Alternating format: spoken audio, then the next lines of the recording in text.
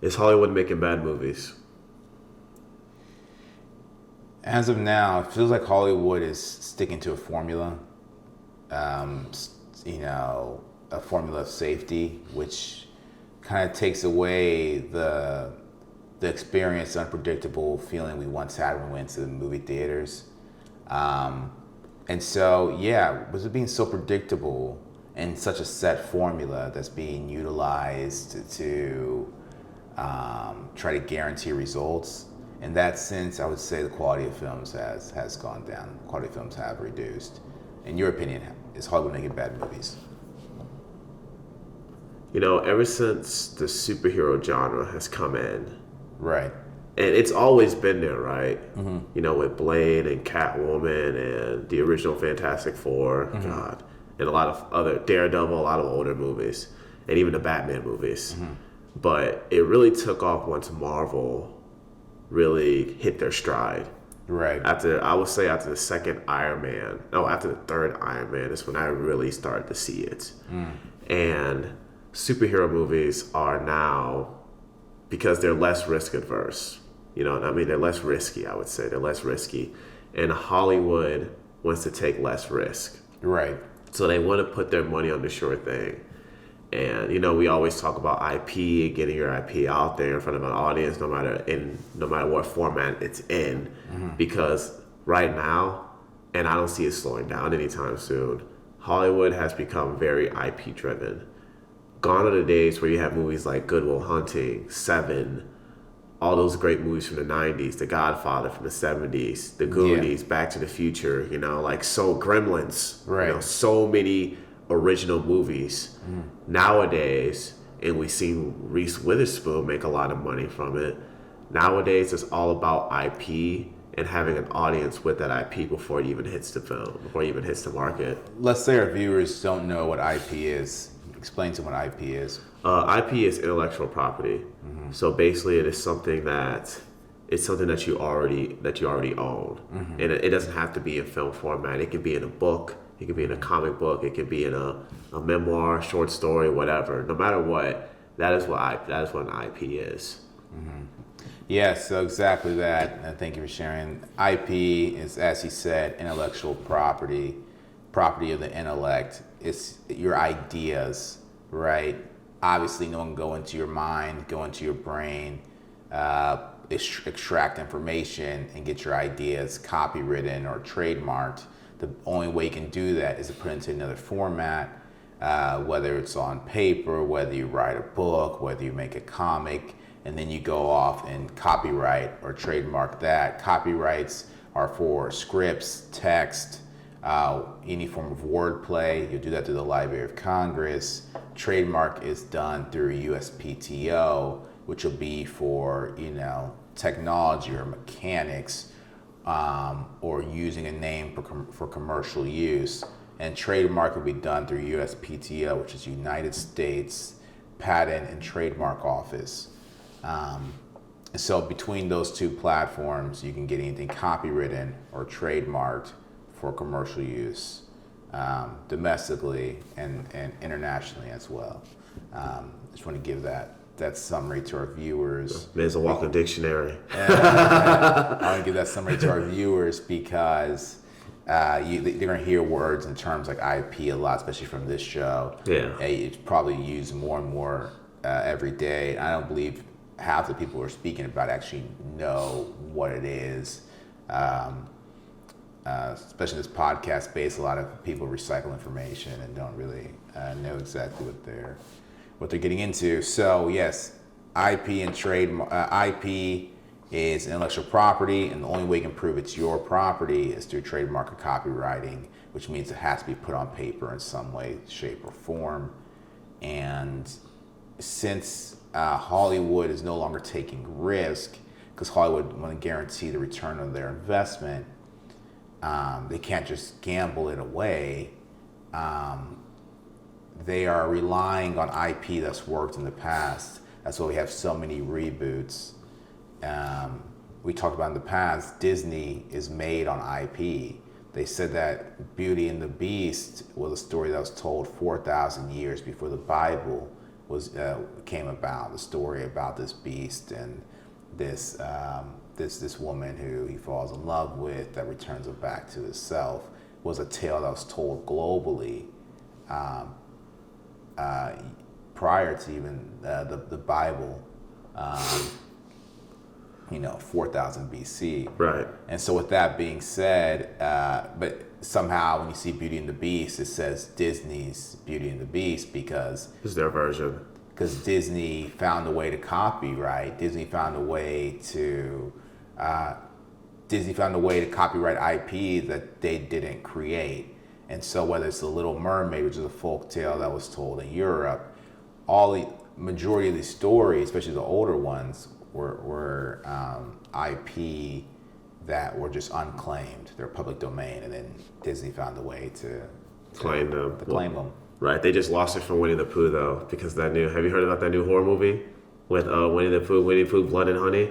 No. Dude, did you not hear, dude? So there's this production company that's been making a Winnie the Pooh horror movie for the past 3 to 4 years, because they knew that Disney was going to lose to public, that Winnie the Pooh was going to go back to public domain. Right. So now there's a horror movie out there called Winnie the Pooh, Blood and Honey. Oh, wow. And in the intro of the movie, no spoilers. Spoiler alert if you haven't seen it. Gonna give you guys 3 seconds. 1, 2, 3. Okay. So the kids all kill Christopher Robin. Not the kids, but the Pooh and Piglet kill Christopher Robin when he's an adult because he forgot about them. And they just go on a killing spree. And Disney was trying to do everything they can to stop that movie from coming out. So even Disney with their original IP, such as Mulan, Little Mermaid, Beauty and the Beast, like Chad said, Winnie the Pooh, Hercules, the OGs are now starting to become, well, Hercules has always been public domain, but now it's starting to become more those iconic, during the Renaissance period, the Disney Renaissance, all those cartoons are now starting to become public domain. Exactly. And that's a huge issue for them, and it's an issue that all companies face. Because, but Disney's the first to deal with it, guys, and not going to be too far behind is going to be Warner Brothers. Yep, with Batman, Superman, all of them. Well, first with Looney Tunes. Oh, I didn't even think about Looney Tunes, dude. I forgot about them. Yeah. Yeah, first with Bugs Bunny, first with Daffy Duck. Yeah. All of those characters, right? Elmer Fudd. Those will be first up in the line. And if you don't know, public domain, it depends. I think for music, it's like a 50-year mark, benchmark, and I think they moved to 100 years. They do kind of move this around, guys, and that's why it's really important to stay on top of these things or hire an attorney who is. But where I was going with that is this year they'll be celebrating the 100th year of Warner Brothers. That's why it's such a big deal when Tyler Perry opened his studio, because it's the first major studio to open in almost 100 years. Warner Brothers opened 100 years ago in 1923. And with that, not too long after, probably 20 years or so after, we got Looney Tunes, or we got Bugs Bunny. So those guys are on their way out. Mickey Mouse, they have tried every way, shape, or form to keep trademarking, which they're going to find a way to continue trademarking Mickey Mouse. But it's all a game. It's all a game of property, and that's why it's intellectual property, which is a game of real estate. Imagine you own these multi-unit, or you own this huge building, or you own your house, and they said in 100 years, you can pass this house down for 3 generations. In the 3rd generation, the house goes back to the government. It goes back to the government. It's open market. Or to the bank. Yeah, whoever wants it, can stay there. It's like, dang, man, I worked this hard to get my grandkids in this thing. And so what I mean by that is those companies will do anything and everything to protect their real estate. They're not playing about that. No, not at all. And so is Hollywood making bad movies? You can say that the quality has gone down over the years as far as ideas and original thoughts, but we look at a lot of movies now, they're shot beautifully. Cinematography is always on point, sound's always on point. It's the story there. And, with superhero fatigue is what I'm calling it. You said pitch fatigue, I'm calling it superhero fatigue, which is a form of pitch fatigue. We just saw it with the latest Shazam movie.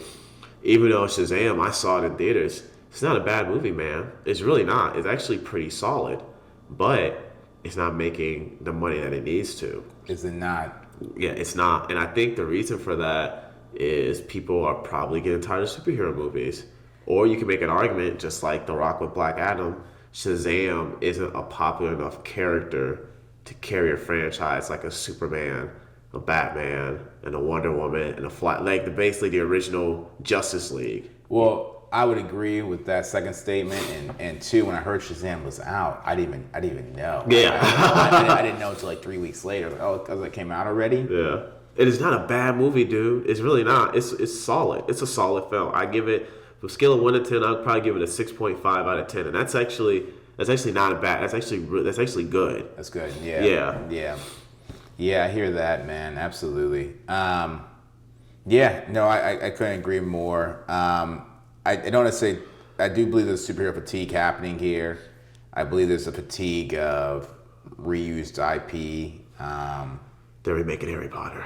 Are they remaking Harry Potter already? To a TV show. A TV show. Yeah, that's word on the street, but I think, yes, they are making each book into a season, even though, yeah. Let's talk about the reuse of IP, man. I mean, they had a show with Jenna Ortega Wednesday that came out this year. Yeah. That was the Addams Family. Like, some of these shows, you don't think they could find another way to spin, and they do. And that series worked out for it. That series was actually a really successful hit for Netflix, one of their most successful series. Though, I would like to see more original IP. Me too, because that's what Hollywood was built off of, original IP. We wouldn't have films like Citizen Kane. Well, The Godfather was a book. I don't know if Citizen Kane was. I think Citizen Kane is like was a movie. Was a movie before anything. But I always say this, and my sister agrees with me. My sister believes that '80s was peak Hollywood. I believe that the '90s were peak Hollywood. Okay. Because of and even the early thousands, because of all the original ideas that you had, like Training Day, for instance, with Denzel Washington. Yeah. That movie's not being made today. No. It'd probably be a TV show or a streaming show, not a movie. Yeah, guys. The core of this industry is a business, and it's about money. And when you have a series, you have subscriptions, and it's the whole thing. I would like to see more original IP. I do think the quality of films are declining just off of predictability alone. Back to pitch fatigue. Pitch fatigue is you only sell the same product so many times before the consumer starts resisting it subconsciously. Yep. This consumer's not even trying to deliberately, void your content or not buy a ticket. They're fatigued. You're selling the same product the same way too many times. With that alone, I think the quality of films has reduced and is on a downward trend. And would you agree?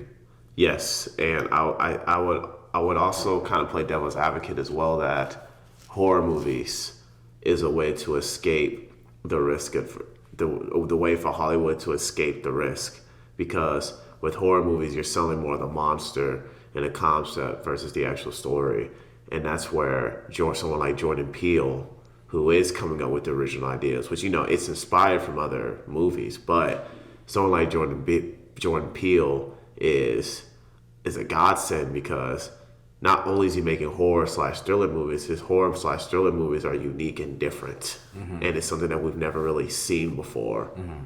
But so it's not all doom and gloom, but yeah. It's not all doom and gloom. Hollywood, you're going to be on an upward trajectory again, like you were over the decades that preceded now. This is Black Hollywood, and we'll be back with another episode. Yep.